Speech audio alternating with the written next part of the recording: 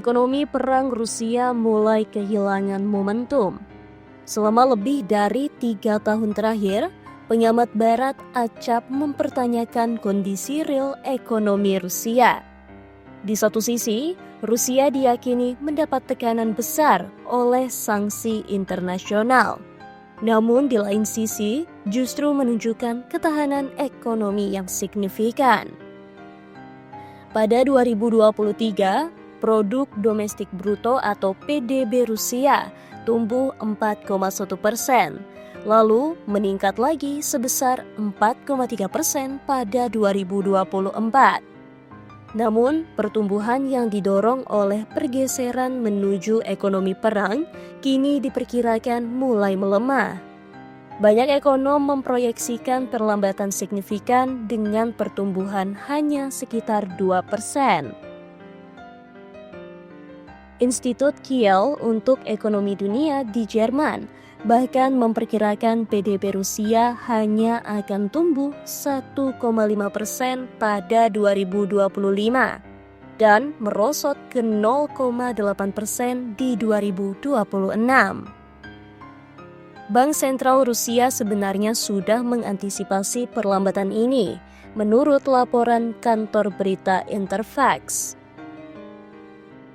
Lembaga tersebut tetap berpegang pada proyeksi konservatif, yakni pertumbuhan antara 1% dan 2% pada 2025 dan hanya 0,5% hingga 1,5% pada tahun berikutnya. Lembaga IFO yang berbasis di Munchen bahkan lebih pesimistis.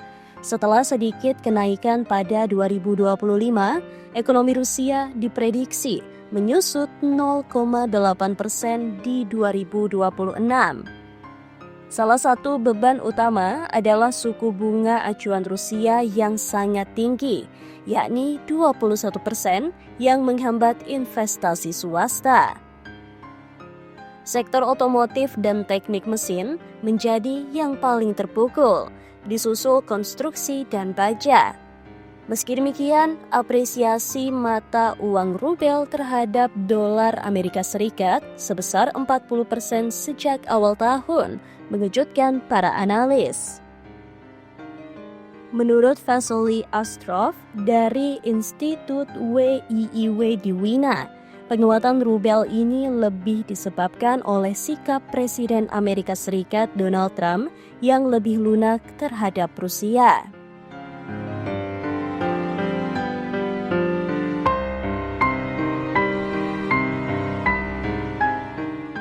Dia menambahkan harapan akan kerjasama yang lebih erat dan kemungkinan pelonggaran sanksi terhadap Rusia memicu euforia di pasar keuangan Rusia, mendorong nilai saham dan rubel naik signifikan.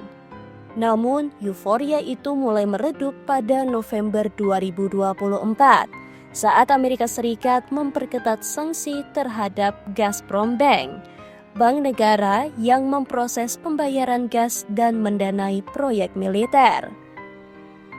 Gazprom Bank dikeluarkan dari sistem keuangan Amerika Serikat, aset-asetnya dibekukan, dan akses bisnis dengan perusahaan Amerika Serikat dihentikan. Akibatnya nilai tukar rubel anjlok 1/4 terhadap dolar, sementara pasar saham terjun bebas, terutama di sektor keuangan dan energi.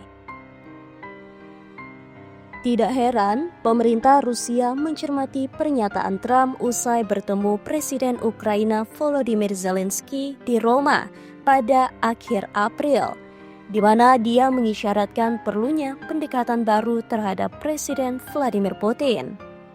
Trump diperkirakan akan berbalik arah dan mempertimbangkan sanksi baru, termasuk sanksi sekunder terhadap sektor perbankan.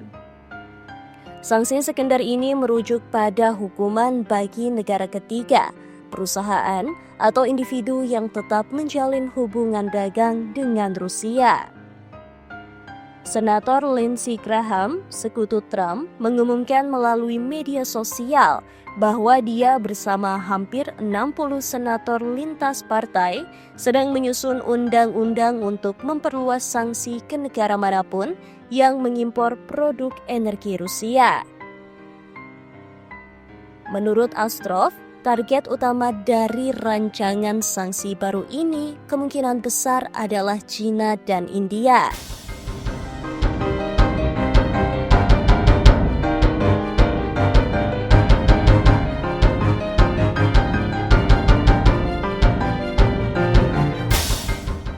India juga berperan besar menopang perekonomian Rusia dengan menyerap sebagian besar ekspor minyaknya. Yang mengejutkan adalah sikap Turki, kata Astrov, karena sebagai anggota NATO dan bagian dari Serikat Pabean Uni Eropa, Ankara menolak ikut serta dalam sanksi terhadap Rusia.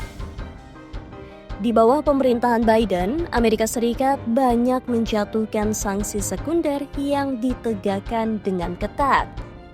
Bank-bank di Cina dan Turki yang menerima pembayaran dari Rusia mendapat tekanan besar. Namun di bawah Trump kebijakan itu dilonggarkan. Misalnya dengan membubarkan unit di Departemen Keuangan Amerika Serikat yang mengincar aset oligarki Rusia dan melemahkan penegakan sanksi sekunder. Meski demikian, Astrov menilai dampak kebijakan baru Trump terhadap mitra dagang Rusia masih sulit diprediksi. Reuters melaporkan sejumlah bank Rusia telah membentuk sistem pembayaran khusus bernama The China Track yang memungkinkan transaksi dengan China lewat jaringan yang dirancang untuk menghindari deteksi regulator barat. Menurut Reuters, sistem ini telah digunakan oleh beberapa bank Rusia yang terkena sanksi dan sejauh ini belum mengalami gangguan besar. Ketua kelompok lobi bisnis RSPP, Alexander Sokin, bahkan menyatakan mitra Cina mungkin tidak lagi takut pada sanksi sekunder yang akan diterapkan Amerika Serikat.